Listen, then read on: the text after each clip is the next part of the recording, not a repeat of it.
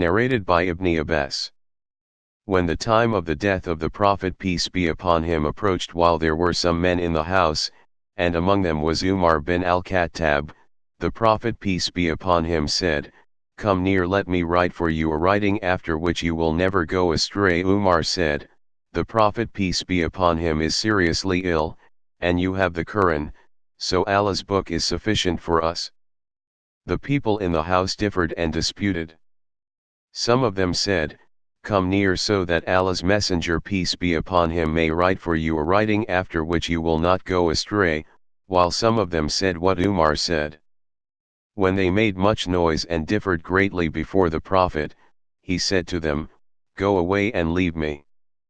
Ibn Abbas used to say, it was a great disaster that their difference and noise prevented Allah's Messenger peace be upon him from writing that writing for them. Narrated by Atta.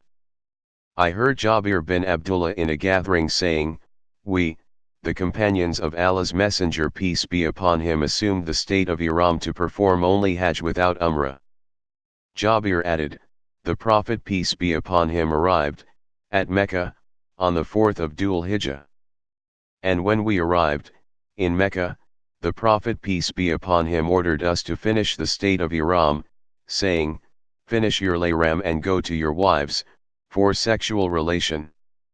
Jabir added, "The Prophet did not oblige us, to go to our wives, but he only made that legal for us.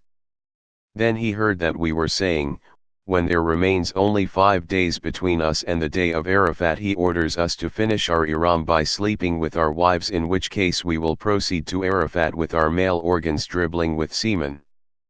Jabir pointed out with his hand, illustrating what he was saying. Allah's Messenger peace be upon him stood up and said, "You, people, know that I am the most Allah-fearing, the most truthful and the best doer of good deeds, pious, from among you. If I had not brought the Hadith with me, I would have finished my ihram as you will do, so finish your ihram. If I had formerly known what I came to know lately, I would not have brought the Hadith with me." So we finished our ihram and listened to the Prophet peace be upon him and obeyed him. Narrated by Abdullah al-Muzam. The Prophet peace be upon him said, "Perform an optional prayer before Maghrib prayer." He repeated it thrice, and the third time he said, "Whoever wants to offer it can do so, lest the people should take it as a sunnah, tradition." Narrated by Aisha. After the slanderers had given a forged statement against her, Allah's Messenger peace be upon him called Ali bin Abu Talib and Usama bin Zayd when the divine inspiration was delayed. He wanted to ask them and consult them about the question of divorcing me.